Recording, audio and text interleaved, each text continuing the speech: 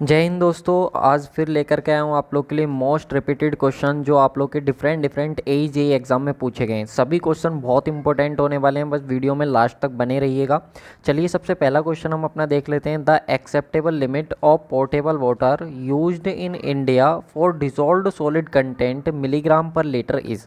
देखिए क्वेश्चन में हमसे पूछा गया है कि एक्सेप्टेबल लिमिट कितनी होती है पोर्टेबल वाटर की इंडिया में, किसके लिए, डिजोल्व्ड सॉलिड के लिए। तो यहाँ पे हम बात करेंगे सबसे पहले सर ये एक्सेप्टेबल लिमिट क्या होती है, पोर्टेबल वाटर कौन सा होता है और डिजोल्व्ड सॉलिड क्या होता है, सारे हम वन बाई वन जो है डिस्कस करने वाले हैं।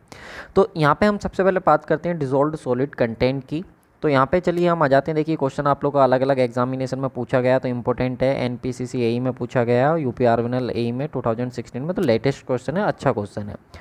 तो देखिए सबसे पहले अगर हम बात करें अपने पैरामीटर्स की, तो जो हमारे पास क्वालिटी जब हम चेक करते हैं अपनी वाटर्स की तो उसके लिए कुछ पैरामीटर्स चेक करते हैं। और ये जो पैरामीटर्स होते हैं फिजिकल होते हैं, केमिकल होते हैं और बायोलॉजिकल होते हैं। तीन तरीके के पैरामीटर्स होते हैं जो हम चेक करते हैं अपने। तो उसमें एक पैरामीटर होता है जो कि डिजोल्व्ड सॉलिड होता है हमारा, जो कि एक फिजिकल पैरामीटर होता है। तो यहाँ पे हम बात करें डिजोल्व्ड सॉलिड को तो हम इनको TDS भी बोलते हैं। TDS मतलब टोटल डिजोल्व्ड सॉलिड भी हम इनको बोलते हैं, जो कि हमारे रॉ वाटर के अंदर प्रेजेंट होते हैं।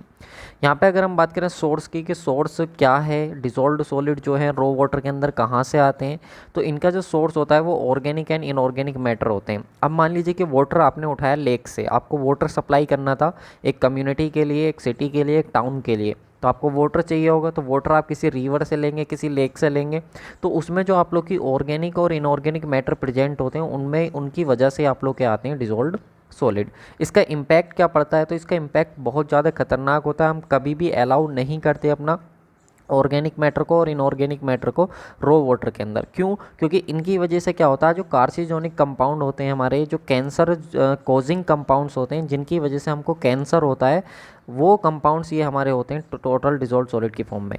तो इसलिए हम क्या करते हैं, कभी भी अपना इनको अलाउ नहीं करते हैं, क्योंकि ये कैंसर कॉजिंग कंपाउंड्स हमारे बना लेते हैं। अच्छा सर इसको मेज़र कैसे करते हैं, हम कैसे पता करेंगे कि कितना डिजोल्व सॉलिड है, पहले हमको पता करना पड़ेगा तभी तो हम उसको रिमूव करेंगे। तो उसको पता करने के लिए हम क्या करते हैं, मेज़रमेंट करते हैं अपना। मेज़रमेंट कैसे करते हैं, तो it can be measured approximately by noting electrical conductivity specific resistance of water. यानी कि वो वाटर सैंपल जिसका हमको कैलकुलेट करना है डिजोल्व्ड सॉलिड के कितने डिजोल्व्ड सॉलिड हैं, हम उसमें से पास कराते हैं अपनी इलेक्ट्रिकल कंडक्टिविटी को।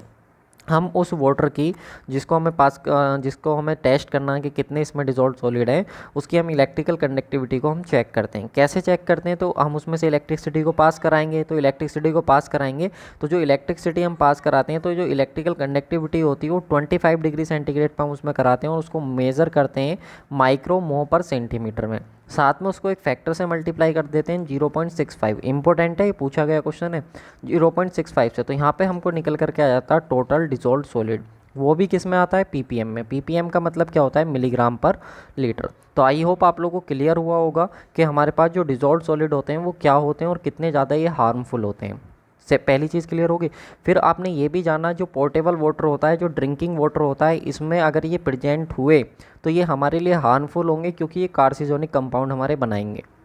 अब हमारा क्वेश्चन बचता है कि सर इसकी लिमिट क्या होती है। तो देखिए इसकी जो लिमिट होती है, टोटल डिजोल्व सॉलिड होते हैं, इसकी लिमिट डिसाइड करते हैं। दो लिमिट होती हैं, एक एक्सेप्टेबल लिमिट होती है और एक हमारे पास कॉज फॉर रिजेक्शन लिमिट होता है।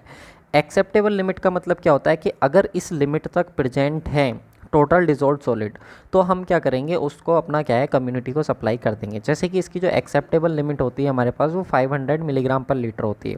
तो इसका मतलब ये हुआ कि अगर हमारा जो रो वाटर है, अगर उसके अंदर 1 लीटर में 500 मिलीग्राम तक अगर हमारे टोटल डिजोल्व सॉलिड हैं, तो हम उसको कम्युनिटी को सप्लाई कर देंगे।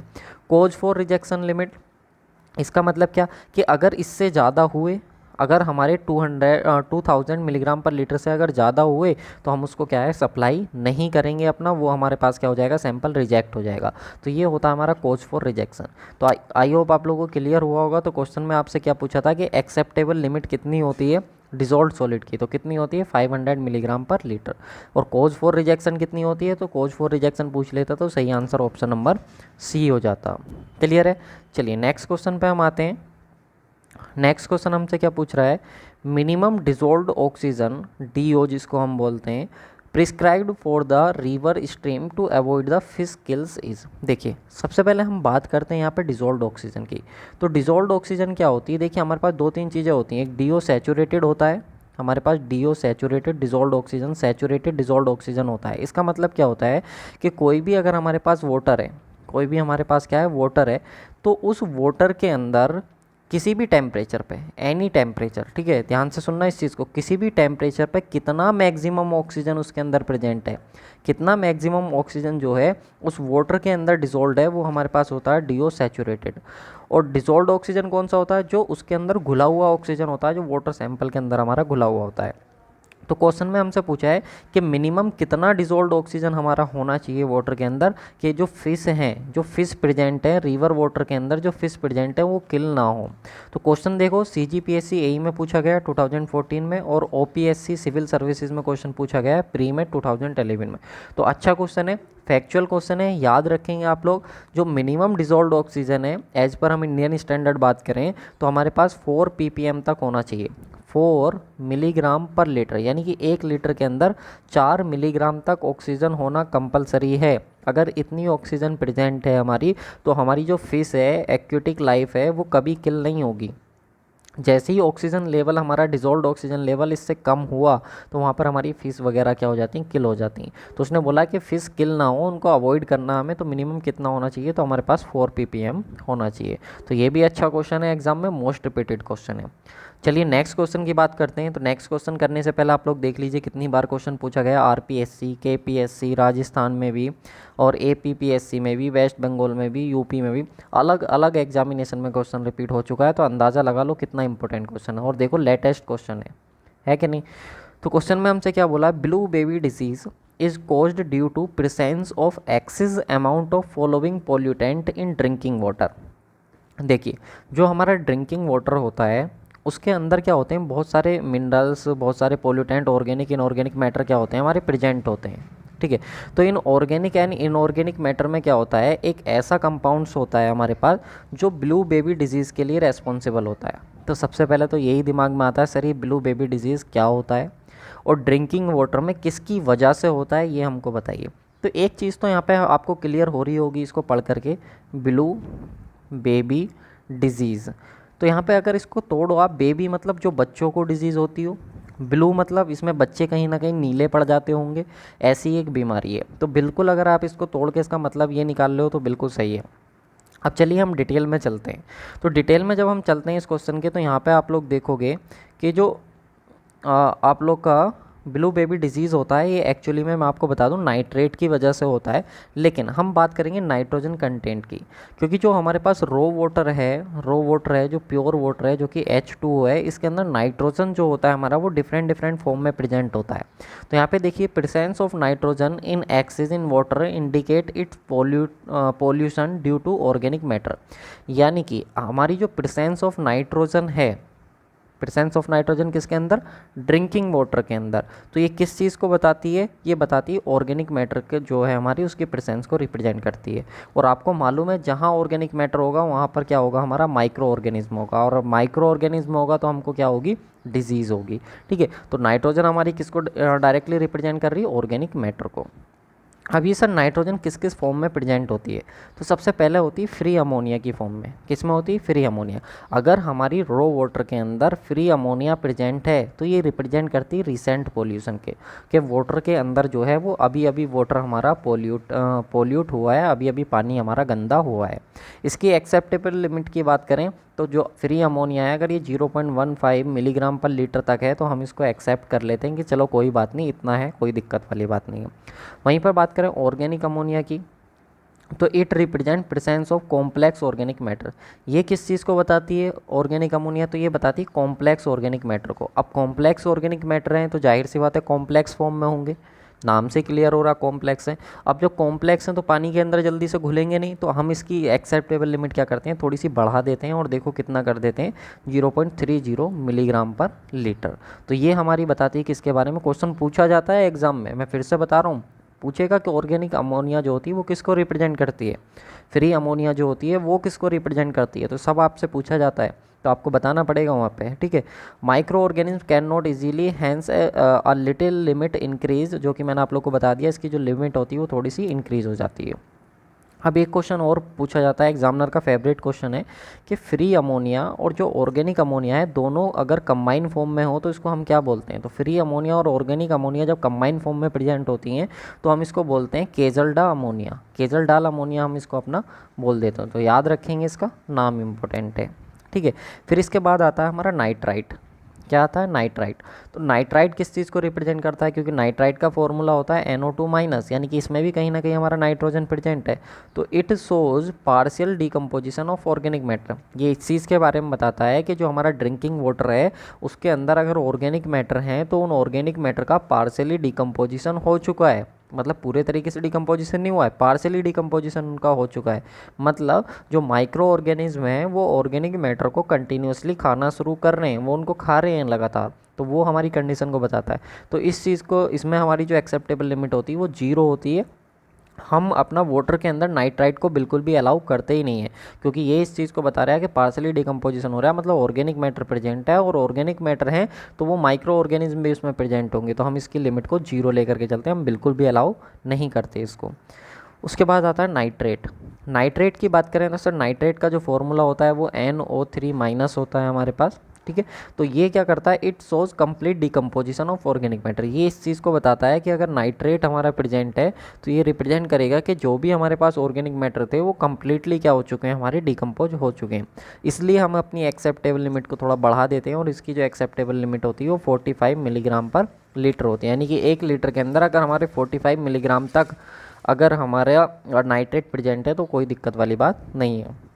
इसके साथ ही इसमें आगे क्या, if it is found more than 45 milligram per litre, अगर ये 45 मिलीग्राम पर लीटर से ज़्यादा हो जाता है, इट इफेक्ट इन्फेंट यानी कि newly born baby and result in disease termed as methemoglobinemia और ब्लू बेबी डिजीज़। यानी कि कहने का मतलब क्या है कि इसकी एक्सेप्टेबल लिमिट तो 45 मिलीग्राम पर लीटर है, लेकिन अगर ये रो वाटर में या ड्रिंकिंग वाटर में हमारा 45 मिलीग्राम पर लीटर से ज़्यादा हो जाता है तो इसका इफेक्ट जो देखने को मिलता है वो न्यू बॉर्न बेबी पे देखने को मिलता है, जो नए बच्चे जन्म लेते हैं उन पे देखने को मिलता है। इसकी ज़्यादा होने की वजह से एक डिजीज़ हो जाती है बच्चों को, जिसको हम क्या बोलते हैं, टेक्निकली अगर बोलें तो मैथेमोग्लोबिनिया हम उसको बोलते हैं, और इसी को हम बोलते हैं ब्लू बेबी डिजीज़, जिसमें क्या होता है बच्चों का जो कलर हो जाता है कहीं कहीं से उनका कलर जो है वो ब्लू हो जाता है, नीला हो जाता है, ठीक है।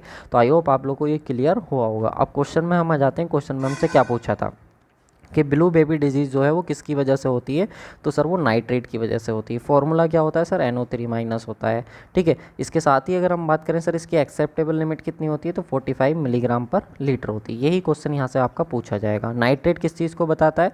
ये बताता है आप लोग का कि जो ऑर्गेनिक मैटर थे इनका कम्प्लीटली डिकम्पोजिशन हो चुका है। तो ये सारी चीज़ें मैंने आप लोग के लिए कवर कर दी हैं। आई होप आप लोग को क्वेश्चन क्लियर हुआ होगा कि क्या क्वेश्चन में पूछ रहा है, ठीक है। चलिए नेक्स्ट क्वेश्चन की बात करते हैं। नेक्स्ट क्वेश्चन फिर से फैक्चुअल डेटा है। क्या पूछ रहा है? If waste water has pH value 6.5, waste water जो है हमारा अगर उसकी pH वैल्यू कितनी है 6.5 है, इट मीन्स, तो हमको यार बड़ा ही सिंपल सा मालूम है कि सर अगर pH जो होता है हमारा 7 होता है तो वो न्यूट्रल कंडीशन को रिप्रेजेंट करता है। Neutral in the sense water को वो बताता है। और pH सर अगर लेस देन हमारा 7 हो जाता है तो वो किस चीज़ को बताता है? वो एसिडिक कंडीशन को बताता है। और pH अगर सर ग्रेटर देन 7 हो जाता है तो वो किसको बताता है? तो बेसिक को बताता है, ठीक है, बेसिक कंडीशन को बताता है। तो यहाँ पे कह रहा है pH अगर हमारा 6.5 है तो भाई 6.5 जो है अगर हमारा है तो वो तो लेस देन 7 है ना, तो लेस देन 7 है तो कैसा हो गया? एसिडिक हो गया। तो उसका नेचर कैसा होगा? एसिडिक होगा, है कि नहीं? तो ये भी देखो वेस्ट बंगाल में पूछा गया क्वेश्चन है, अच्छा क्वेश्चन है, इंपॉर्टेंट क्वेश्चन है। चलिए नेक्स्ट क्वेश्चन पे हम बात करते हैं। नेक्स्ट क्वेश्चन है हमारे पास, nitrate concentration in domestic supply is generally limited. Nitrate की बात कर रहा है, तो अभी मैंने आप लोग को बताया था नाइट्रेट जो होता है वो NO3- होता है। और इसकी अगर हम बात करें कंसंट्रेशन की तो मैंने बताया 45 मिलीग्राम पर लीटर होता है। अगर इससे ज़्यादा हो जाती है तो यहाँ पे ब्लू बेबी डिजीज़ हमको देखने को मिलती है। और ये किसके बारे में बताता है? ये बताता है कंप्लीट डिकम्पोजिशन हमारा हो चुका है। तो सही आंसर क्या हो जाएगा? ऑप्शन नंबर C हो जाएगा। उसने उसकी लिमिट पूछी है, जनरली कितनी लिमिट होती है तो हमने बता दिया, ठीक है। है। ये देखो आप लोग का पॉलिटेक्निक लेक्चरर टेक्नीशियन में क्वेश्चन पूछा गया 2017 में और 1998 में। तो ऐसा नहीं देखो क्वेश्चन रिपीट होते हैं और इम्पोर्टेंट क्वेश्चन है। और ये जो क्वेश्चन है आप लोग के लिए, ये मान लो कि अगर आपने ये क्वेश्चन एक बार लगा लिए तो आपके लिए वरदान साबित होंगे इस सिलेक्शन में। बाकी मैंने नाइट्रोजन बताया किस किस फॉर्म में प्रेजेंट होता है आप लोग का, ये भी बताया। फ्री अमोनिया ऑर्गेनिक अमोनिया जो होता है केजल डाल, उसको हम अमोनिया अपना बोलते हैं। नाइट्राइट क्या होता है, नाइट्रेट क्या होता है, दोनों का रोल मैंने आपको बता दिया। ठीक है, चलिए नेक्स्ट क्वेश्चन पे हम आते हैं। नेक्स्ट क्वेश्चन इंपॉर्टेंट क्वेश्चन है। नेक्स्ट क्वेश्चन हमसे क्या बोल रहा है, temporary hardness in water is due to the presence of. जो टेम्पररी हार्डनेस होती है वाटर के अंदर, वो हमारी किसकी वजह से होती है। तो अगर आपको याद हो तो मैंने आप लोगों को पहले भी बताया था, हार्डनेस जो होती है वो किसकी वजह से होती है। जो हमारे मल्टीवेलेंट कैटायन होते हैं, मल्टीवेलेंट कैटायन की वजह से हमारी क्या होती है, हार्डनेस होती है। तो यहाँ पर हम अपना इस क्वेश्चन में समझेंगे कि हार्डनेस क्या होती है। ठीक है, उसके साथ ही समझेंगे टेम्पररी हार्डनेस क्या होती है। अगर सर टेम्पररी है तो इसका मतलब कोई परमानेंट हार्डनेस भी होती होगी, तो परमानेंट हार्डनेस को भी समझेंगे। ये किसकी वजह से आती है और कैसे हम इसको रिमूव कर सकते हैं, इन सारे फैक्टर्स के ऊपर क्या अपना एक नज़र डाल लेते हैं। ठीक है, चलिए सबसे पहले बात करते हैं हार्डनेस की। तो हार्डनेस क्या होता है, hard water can not form gather with soap. हम कैसे पता करेंगे सर कोई जो वाटर का सैंपल है हमारे पास वो हार्ड वाटर है कि वो हमारे पास प्योर वाटर है, नेचुरल किस तरीके का वाटर है। तो हार्ड वाटर की अगर हमें पहचान करनी है तो उसके साथ साबुन देखो, साबुन को घोल के देखो, सोप को घोल के देखो। अगर साबुन या सोप जो है झाग बना लेता है उसके साथ तब तो ठीक है, लेकिन अगर झाग नहीं बनते हैं तो इसका मतलब वो कैसा वाटर है, हार्ड वाटर है। हार्ड वाटर है इसका मतलब वो हार्डनेस आई होगी उसके अंदर। लेकिन ये हार्डनेस आई कहाँ से, किसकी वजह से आई हार्डनेस। तो hardness is the concentration of multivalent cation present in water. जो हमारा वाटर है उस वाटर के अंदर मल्टीवेलेंट कैटायन आ जाते हैं और उन मल्टीवेलेंट कैटायन की वजह से जो साबुन होता है वो झाग नहीं बना पाता और हम उसको क्या बोल देते हैं, अपना हार्ड वाटर बोल देते हैं। अब सर वो कौन कौन से मल्टीवेलेंट कैटायन हो सकते हैं, तो भाई वो मल्टीवेलेंट कैटायन हो सकते हैं, कैल्शियम आयन हो सकता है, मैग्नीशियम हो सकता है, आयरन हो सकता है, एल्यूमिनियम हो सकता है, टीन हो सकता है। ये सारे हमारे पास मल्टीवेलेंट कैटायन हो सकते हैं। मल्टीवेलेंट कैटायन का मतलब क्या है सर, जिनके पास जो है वो +1 से ज़्यादा चार्ज हो, +2 हो, +3 हो, +4 हो, ये चार्ज हमारा होना चाहिए, उनको हम बोलते हैं मल्टीवेलेंट कैटायन। कैटायन मतलब प्लस चार्ज यहाँ पे हम लेकर चल रहे हैं। ठीक है, तो मेज़र की अगर हम बात करें तो इनमें से हमारे पास जो ये मल्टीवेलेंट कैटायन है इनको भी हमने 2 जगह क्लासीफाई कर रखा है, एक मेज़र और एक माइनर। तो मेज़र वाले होते हैं कैल्शियम और मैग्नीशियम, माइनर वाले होते हैं आयरन, एल्यूमिनियम और टिन, ये हमारे पास होते हैं। अब हार्डनेस की बात करें तो सर ये हार्डनेस जो होती है हमारे पास वो 2 तरीके की होती है। 2 तरीके की हार्डनेस कौन कौन सी होती है, एक तो होती है सर कार्बोनेट हार्डनेस और एक होती है non carbonate hardness. Carbonate hardness जो होती है इसी का दूसरा नाम होता है टेम्पररी हार्डनेस, जो हमसे क्वेश्चन में पूछा गया है। ठीक है, दूसरी होती है नॉन कार्बोनेट हार्डनेस, जिसको हम क्या बोलते हैं, अपना परमानेंट हार्डनेस बोलते हैं। देखिए क्वेश्चन आप देख लो, क्वेश्चन में आप लोगों से क्या पूछा गया, टेम्पररी हार्डनेस जो होती है वो किसकी वजह से होती है ये हमको बताना है। तो वही चीज़ मैं आप लोगों को बता रहा हूँ, ध्यान से देखना कि जो कार्बोनेट हार्डनेस होती है हमारे पास उसको हम टेम्परेरी हार्डनेस भी बोलते हैं। और ये हमारी होती किसकी वजह से है, तो कैल्शियम के कार्बोनेट की वजह से, कैल्शियम और मैग्नीशियम के कार्बोनेट की वजह से, या फिर कैल्शियम और मैग्नीशियम के बाई कार्बोनेट की वजह से। क्योंकि कार्बोनेट की अगर हम बात करें तो कार्बोनेट जो होता है वो CO3- होता है, और बाई कार्बोनेट जो होता है, बाईकार्बोनेट जो होता है वो HCO3- होता है। ये हमारे पास बाईकार्बोनेट होता है। तो जब इन दोनों के साथ आकर के कैल्शियम आयन और मैग्नीशियम आयन आकर के कंबाइन हो जाते हैं तो हमारे पास बनाते हैं वो कार्बोनेट हार्डनेस या टेम्पररी हार्डनेस, जिसको हम क्या कर सकते हैं, अपना सिंपली बॉईल करके रिमूव कर सकते हैं। तो ये तो एक अच्छी बात है, पानी को उबालो और उसकी हार्डनेस दूर हो गई। लेकिन कौन सी वाली हार्डनेस दूर हो गई, टेम्पररी वाली। बचती कौन सी है सर अभी, तो बचती है परमानेंट हार्डनेस। तो परमानेंट हार्डनेस का ही दूसरा नाम कौन सा होता है, नॉन कार्बोनेट हार्डनेस। तो ये किसकी वजह से होती है, अगर मान लो जो मल्टीवेलेंट कैटायन है, चाहे कैल्शियम है, मैग्नीशियम है, चाहे एल्यूमिनियम है, चाहे आयरन है, कोई भी मल्टीवेलेंट कैटायन है, अगर इनके साथ क्लोराइड आ जाए, इनके साथ सल्फाइड आ जाए, इनके साथ नाइट्रेट आ जाए, अगर ये सारी चीज़ें आकर के इनके साथ कंबाइन हो जाती हैं तो वो क्या बनाती हैं, नॉन कार्बोनेट हार्डनेस। अब नॉन कार्बोनेट हार्डनेस को कैसे रिमूव करेंगे सर, आपने तो हमको बता दिया कि जो आपकी कार्बोनेट हार्डनेस या टेम्परेरी हार्डनेस है उसको तो पानी को उबालो, बॉईल करो, दूर हो जाएगी। लेकिन नॉन कार्बोनेट को कैसे दूर करेंगे, दिमाग में आ सकता है, बिल्कुल आना भी चाहिए। तो नॉन कार्बोनेट हार्डनेस जो होती है इसको दूर करने का जो हमारे पास तरीका होता है वो होता है जियोलाइट मेथड। कौन सा होता है, जियोलाइट मेथड होता है। एक और होता है जिसको हम बोलते हैं आयन एक्सचेंज मेथड। कौन सा होता है? नहीं नहीं, आयन एक्सचेंज मेथड ही जो होता है वो जियोलाइट मेथड होता है, दोनों एक ही नाम होते हैं। तो एक होता है हमारे पास सोडा लाइम प्रोसेस। कौन सा होता है? Soda lime method. ठीक है, सोडा लाइम मेथड। तो एक सोडा लाइम मेथड होता है और एक जियोलाइट मेथड होता है जिसको आयन एक्सचेंज मेथड भी बोलते हैं। ठीक है, और मैंने आपको पहले ही बताया था जियोलाइट में जेड आ रहा है, जेड का मतलब जीरो होता है, तो मतलब जीरो हार्डनेस जो हमको देता है वो कौन सा मेथड होता है? तो वो जियोलाइट मेथड हमारे पास होता है। क्लियर? तो आई होप आप लोग को इतना क्लियर हुआ होगा। तो सही आंसर जो हो जाएगा क्वेश्चन का वो क्या हो जाएगा? जो टेम्पररी हार्डनेस होती है वो किसकी वजह से होती है? कार्बोनेट की वजह से, जो कि CO3-2 होता है, और एक बाई कार्बोनेट की वजह से जो SCO3- होता है। इनकी वजह से क्या होती है? हमारी टेम्पररी हार्डनेस होती है। PWD में पूछा गया है, अच्छा क्वेश्चन है। ठीक है, चलिए नेक्स्ट क्वेश्चन पे हम आते हैं। नेक्स्ट क्वेश्चन हमसे क्या बोल रहा है? The permeable limit of biochemical oxygen demand in water to be supplied in house should be. देखिए, जो हमारा घर को सप्लाई हो रहा है वाटर, घर को सप्लाई हो रहा है पानी, तो पानी अगर घर को सप्लाई हो रहा है तो इसका मतलब ड्रिंकिंग वाटर है। इसका मतलब कौन सा है? ड्रिंकिंग वाटर है। अब ड्रिंकिंग वाटर में बायोकेमिकल ऑक्सीजन डिमांड कितनी होनी चाहिए, यानी कि ड्रिंकिंग वाटर की BOD कितनी होनी चाहिए? बहुत अच्छा क्वेश्चन है। UPPCL AE में पूछा गया क्वेश्चन है और RPSC लेक्चरर में पूछा गया क्वेश्चन है। अब देखो क्वेश्चन कितना अच्छा है। ड्रिंकिंग वाटर के अंदर BOD बताओ। अब ध्यान से सुनो, जो BOD होती है हमारे पास, जो बायोकेमिकल ऑक्सीजन डिमांड होती है, वो इंडिकेटर होती है ऑर्गेनिक मैटर का। किसका इंडिकेटर होती है? ऑर्गेनिक मैटर का। अब मैंने आपको बताया कि अगर हमारा वाटर के अंदर ऑर्गेनिक मैटर प्रेजेंट है तो इसका मतलब माइक्रो ऑर्गेनिज्म होगा, और माइक्रो ऑर्गेनिज्म होगा तो क्या होगी? डिजीज़ होगी। माइक्रो ऑर्गेनिज्म होगा तो उसकी वजह से बीमारी फैलेगी। तो एक बात बताओ, क्या कभी आप चाहोगे कि पानी पीने से बीमारी फैले? नहीं। तो डिजीज़ नहीं होनी चाहिए, इसका मतलब माइक्रो ऑर्गेनिज्म नहीं होना चाहिए। माइक्रो ऑर्गेनिज्म नहीं होना चाहिए तो ऑर्गेनिक मैटर नहीं होना चाहिए, और ऑर्गेनिक मैटर नहीं होगा तो बायोकेमिकल ऑक्सीजन डिमांड क्या होगी? जीरो। बायोकेमिकल ऑक्सीजन डिमांड क्या होगी? जीरो। तो इसलिए हम अपना जो है, जो हमारा ड्रिंकिंग वाटर होता है उसकी BOD क्या होती है? जीरो होती है। तो इसका सही आंसर क्या हो जाएगा? ऑप्शन नंबर A बिल्कुल सही आंसर हो जाएगा। आई होप आप लोगों को क्लियर हुआ होगा। फिर भी अगर कोई डाउट आप लोग का रह जाता है तो आप मुझे कमेंट करना, तो मैं आप लोग को उसमें रिप्लाई करूँगा। किसी भी क्वेश्चन का अगर आप लोग को डाउट रह जाता है तो आप मुझसे पूछ सकते हैं। चलिए नेक्स्ट क्वेश्चन पे मूव करते हैं। नेक्स्ट क्वेश्चन है हमारे पास, eutrophication of water bodies is caused by. जो यूट्रोफिकेशन होता है वाटर बॉडी का वो किसकी वजह से होता है?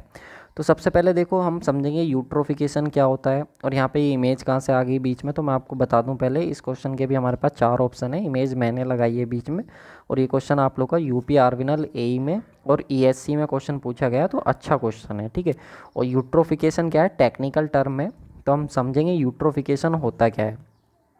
और वाटर बॉडी के अंदर होता है, जाहिर सी बात है। तो होता क्या है, आपने देखा होगा जो आपके पास वेस्ट वाटर होता है, उस वेस्ट वाटर पे हम क्या करते हैं? ट्रीटमेंट करते हैं। वेस्ट वाटर को अपना ट्रीट करते हैं। इसी वेस्ट वाटर का दूसरा नाम जो होता है वो सीवेज भी होता है, आपने सुना हो, सीवेज हम इसको बोलते हैं। तो सीवेज या वेस्ट वाटर जो होता है इसको ट्रीट करते हैं, और ट्रीट करने के बाद हम इसको क्या करते हैं? डिस्पोज करते हैं। क्या करते हैं? डिस्पोज। और डिस्पोज करने का मतलब उसको हम अपना ले जा करके छोड़ देते हैं, और इसको कहाँ कहाँ पे छोड़ते हैं? या तो किसी वाटर बॉडी के अंदर छोड़ते हैं, या तो किसी वाटर बॉडी के अंदर छोड़ते हैं, या फिर लैंड पे छोड़ते हैं। ठीक है, तो दो तरीके से हम अपना डिस्पोज करते हैं, या तो वाटर बॉडी के अंदर छोड़ दो या लैंड पे। तो अगर आप इस वेस्ट वाटर को क्या करते हो? ट्रीटमेंट के बाद डिस्पोज कराते हो वाटर बॉडी के अंदर, और उस वाटर को जिसको आप डिस्पोज करा रहे हो, अगर उसके अंदर आप लोग के क्या है? न्यूट्रिएंट्स बहुत ज़्यादा हैं। न्यूट्रिएंट्स मतलब सर, न्यूट्रिएंट्स मतलब उसमें आप लोग का नाइट्रोजन है, फास्फोरस है, सल्फर है। अगर ये बहुत ज़्यादा हैं तो ये किसका न्यूट्रिएंट्स है? ये किसके लिए खाने का काम करते हैं? तो प्लांट्स के लिए। किसके लिए? प्लांट्स के लिए। या फिर हम ये बोल सकते हैं एक्वेटिक प्लांट्स के लिए। एक्वेटिक प्लांट्स के लिए क्या करते हैं? फूड का काम करते हैं।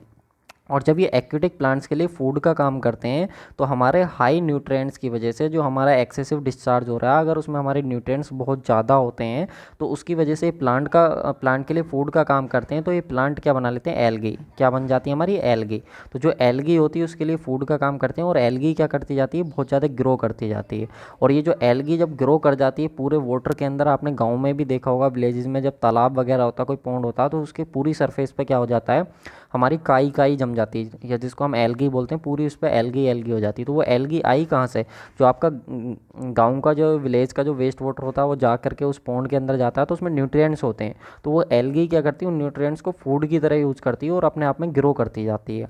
तो इसी तरीके से आप जब इस वाली रिवर को देखो, तो यहाँ पे इस सिटी का कहीं ना कहीं वेस्ट वाटर आ रहा होगा, तो वेस्ट वाटर आ रहा होगा तो उसमें न्यूट्रिएंट्स होंगे। तो न्यूट्रिएंट्स, अब एल्गी ने क्या करा, उन न्यूट्रिएंट्स को फूड की तरह यूज़ करा, और देखो यहाँ पे पूरे में आप देखो तो यहाँ पे देखो एल्गी एल्गी बन गई नहीं एल्गी।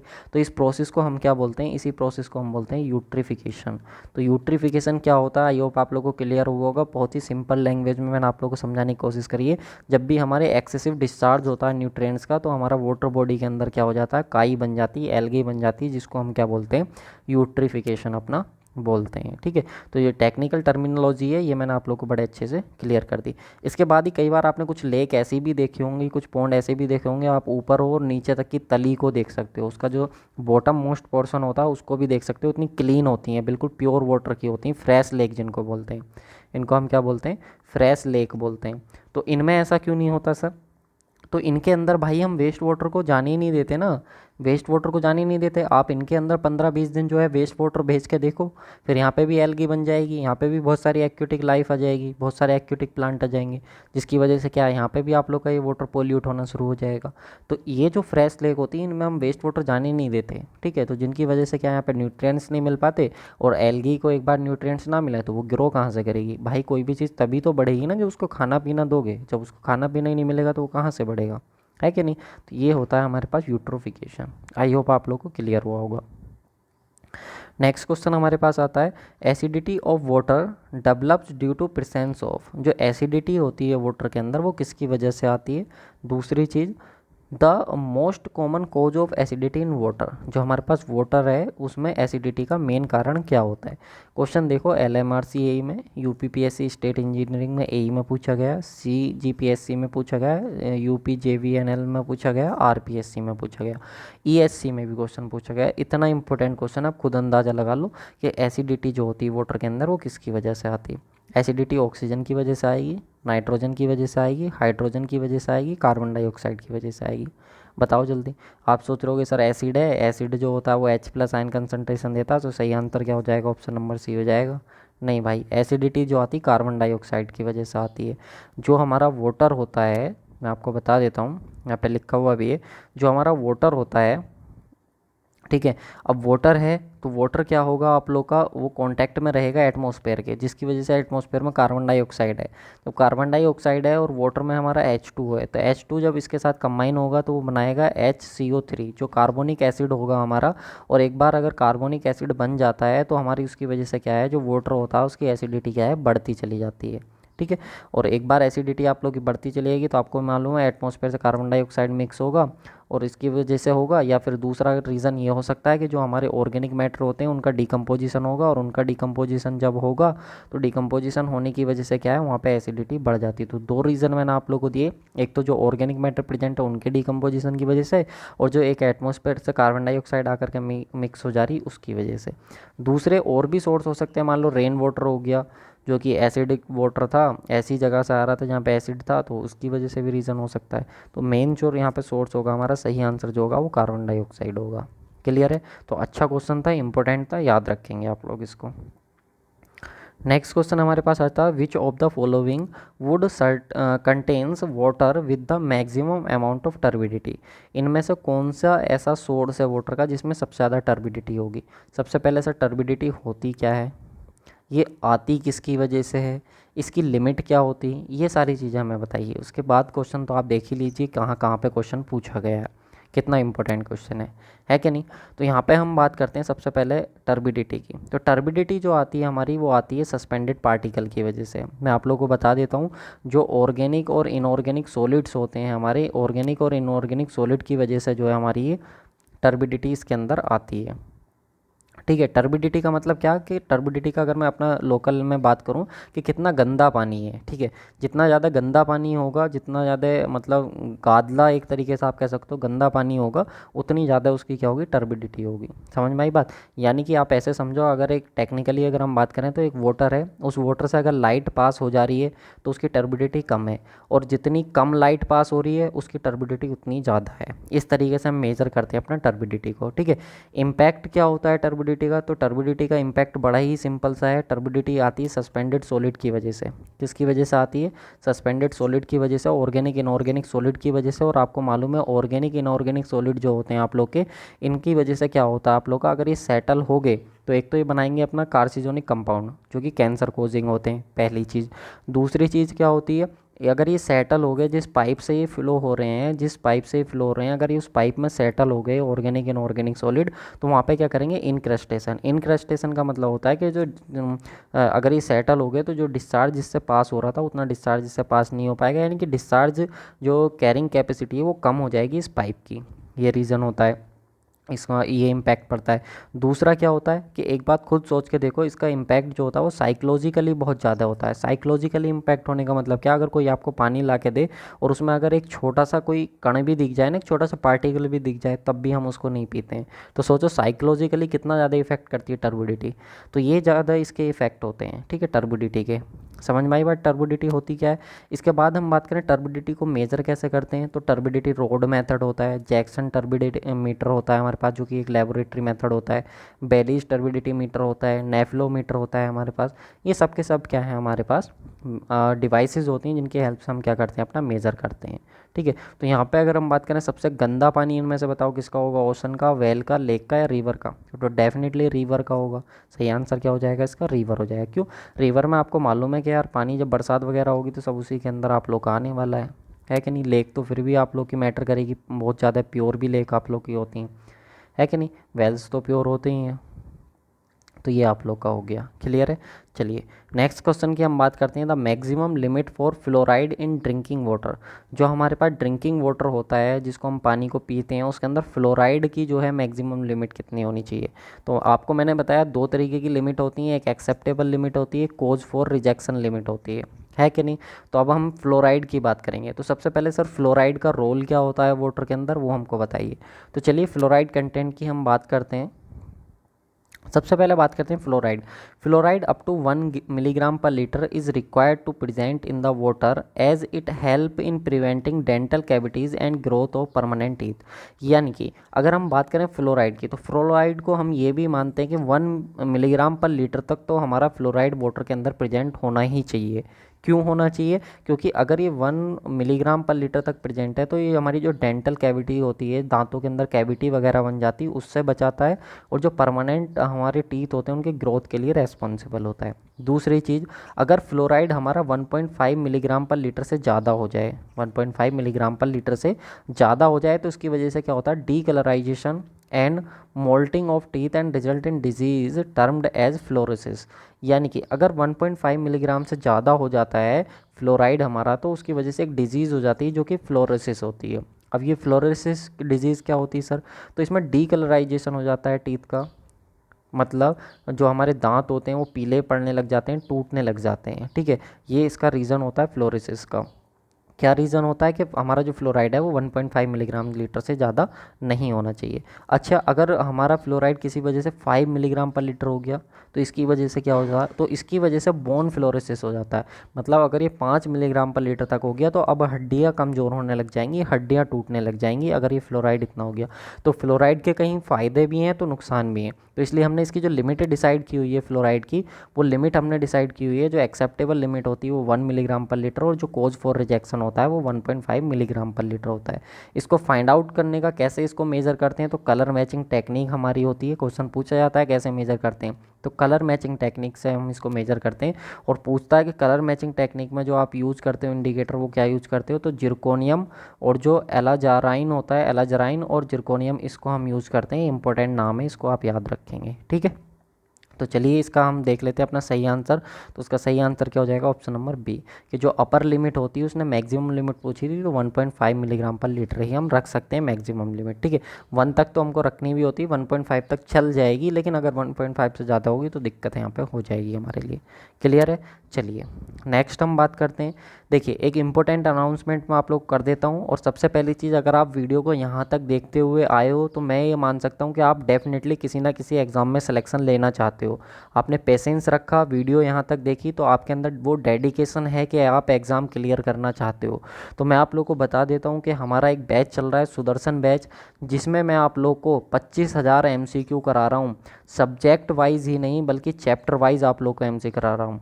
तो यहाँ पर जो एमसीक्यू होंगे जो वो सभी इसी तरह के एमसीक्यू होंगे जो मैं अभी आप लोगों को करा रहा हूँ, लेकिन ये सब्जेक्ट वाइज ही नहीं होंगे बल्कि चैप्टर वाइज आप लोग करेंगे। यानी कि सोम के अंदर अगर हमारे 8-10 चैप्टर हैं तो सोम के अलग अलग चैप्टर के हम इनको एमसीक्यू करने वाले हैं। और जैसा कि मैंने आप लोगों को बोला है कि क्वेटेशन है हमारा, एग्ज़ाम कोई भी हो क्वेश्चन हमारा होगा, और डेफिनेटली ये चीज़ मैं आप लोगों को प्रूव करके दिखाऊंगा इस बैच के थ्रू। जो जो स्टूडेंट इस बैच को ज्वाइन करेंगे आप मान के चलो क्वेश्चन इससे बाहर आएगा ही नहीं आप लोग का, ठीक है। पहली चीज़। दूसरी चीज़ यहाँ पे मैं आप लोग को बता दूँ, इसकी जो वैलिडिटी है वो आपको जो सुदर्शन बैच है इसकी वैलिडिटी जो है वो 2.5 ईयर की है। 2.5 ईयर का मतलब आप समझ रहे हो 2.5 साल की। एक साल में 365 दिन होते हैं, मल्टीप्लाई करो 2.5 से, तो यहाँ पे आप लोगों का जाएगा 912। तो 912 जा रहा है, यानी कि यहाँ पे अगर आप मल्टीप्लाई करोगे तो अप्रोक्स 912 जाएगा। तो इसकी जो फीस मैंने रखी है ना वो 1 रुपी पर डे रखी है। 1 रुपी पर डे, 1 रुपी पर डे में मैं आप लोगों को क्वेश्चन प्रैक्टिस करा रहा हूँ, ये मान के चलो आप। तो 1 रुपये पर दिन में 2.5 साल की वैलिडिटी के साथ यार क्या चाहिए आप लोग को। और यहाँ पे 912 इसकी फ़ीस नहीं है, बल्कि इसकी फ़ीस जो अभी चल रही है वो 849 रुपीज़ है। तो आप जा कर के इसको ज्वाइन कर सकते हो। बहुत कम प्राइस पे आप लोग को इतने बेहतरीन और क्वालिटी क्वेश्चंस मैं आप लोग को दे रहा हूँ। और सबसे बड़ी चीज़, सब्जेक्ट वाइज नहीं चैप्टर वाइज एमसीक्यू दे रहा हूँ, ठीक है। तो आप जा कर के इसको ज्वाइन कर सकते हो। अगर आपने इतना पेशेंस रखा है, आप वीडियो यहाँ तक देख करके आए हो, तो मैं मान करके चल रहा हूँ कि आपको सिलेक्शन चाहिए। और अगर आपको सिलेक्शन चाहिए तो मेरी बात मानो, ये बहुत ज़्यादा हेल्पफुल बैच आप लोगों के लिए होने वाला है। खुद से जब क्वेश्चन प्रैक्टिस करने लगोगे ना, तो जब खुद से क्वेश्चन प्रैक्टिस करने लगोगे तो ये मान के चलो कि अगर आप लोगों को 100 क्वेश्चन करने हैं ना, तो 100 क्वेश्चन करने में आप पूरा दिन लगा दोगे। 10 घंटे तो मान के चलो 10 घंटे लगा दोगे 100 क्वेश्चन करने में। लेकिन यही 100 क्वेश्चन मैं आप लोग को 2 से 2.5 घंटे की वीडियो में आप लोग को कंप्लीट करा के दूंगा। तो बाकी के जो बचे आप लोग के 7-8 घंटे हैं वो आप अपनी अदर सब्जेक्ट में इन्वेस्ट करना, जो आपका वीक पॉइंट है उसमें इन्वेस्ट करना। तो क्वेश्चन प्रैक्टिस के लिए 1 रुपये पर डे से सस्ता और कुछ नहीं हो सकता, और इससे सस्ती एजुकेशन और कुछ हो भी नहीं सकती, इतनी क्वालिटी एजुकेशन। तो इस वीडियो में मैं इतना ही रखूँगा। बाकी पीडीएफ वगैरह आपको चाहिए तो टेलीग्राम पे मिल जाएगा, लिंक मैंने डिस्क्रिप्शन बॉक्स में दे दी है एप्लीकेशन की। और कोई दिक्कत आए तो 8077283538 ये हमारा व्हाट्सअप नंबर है, आप कॉल भी कर सकते हैं कोई भी दिक्कत आए तो यहाँ पे आप पूछ सकते हो। बाकी लिंक सारी डिस्क्रिप्शन बॉक्स में दे दी मैंने, टेलीग्राम की भी एप्लीकेशन की भी। आप एप्लीकेशन पे ये बैच हमारा आपको मिलेगा, तो एप्लीकेशन पर जा कर के आप इसको क्या है ज्वाइन कर सकते हो। तो सारी चीज़ें मैंने आप लोग को बता दी, ज्वाइन करो, मेहनत करो, डेफिनेटली सक्सेस हमको मिलेगी, ठीक है। चलिए बढ़ते हैं आगे, और हम अपना जो है अगले वीडियो में आगे के क्वेश्चन मैं आप लोग के साथ डिस्कस करूंगा। Thank you so much. Video को लाइक करना मत भूलिएगा यार, लाइक नहीं करते हो आप लोग, कमेंट करना। और चलिए आगे हम नेक्स्ट वीडियो में देखेंगे आगे क्वेश्चन।